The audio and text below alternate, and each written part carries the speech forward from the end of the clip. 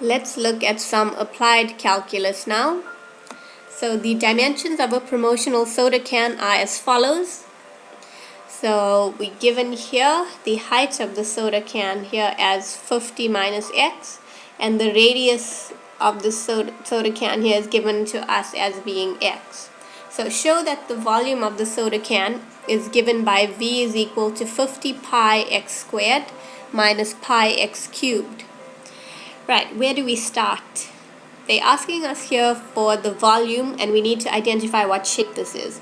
This is a cylinder, so the normal volume of a cylinder equation is V is equal to pi r squared times h.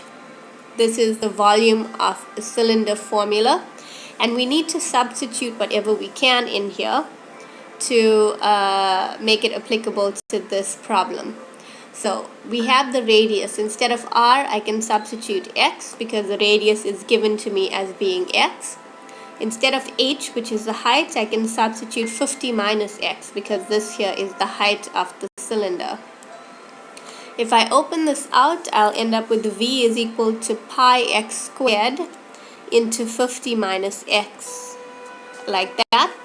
And if I use the distributive law now to multiply this into the bracket, I will end up with v is equal to 50 pi x squared minus pi x cubed, which is exactly what we needed to get to show that the volume is such. Okay, the next question, find the value of x for which the soda can would have a maximum value. So when we talk about maximum and minimum in calculus, we are talking about derivative. So we need to find the derivative of the volume because they want us to find the maximum volume.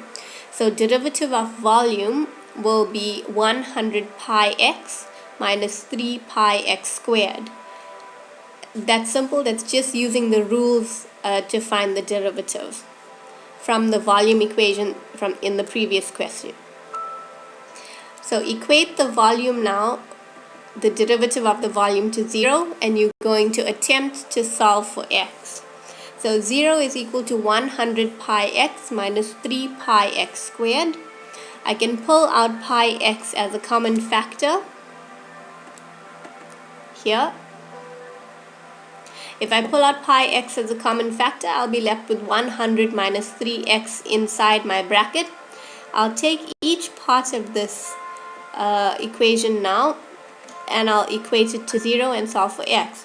So if pi x is equal to 0, x is equal to 0 over pi, which is 0, and that is going to be not applicable for us. Then we take 100 minus 3x, make that equal to 0 and solve for x. So 100 is equal to 3x. X will then equal to 100 over 3, which is 33,33 centimeters. So the value of x for which the soda can would have a maximum volume is 33,33 centimeters. The third one, hence find the maximum volume of the soda can. So we know that the maximum volume will occur when x is equal to 33,33 centimeters. So to find the maximum volume, we need to substitute that value into our volume equation because we want volume now. So volume is equal to 50 pi x squared minus pi x cubed. And instead of x, we will substitute 33,33. Put that all on your calculator, and volume will equal to 58,177,64 centimeters or square centimeters.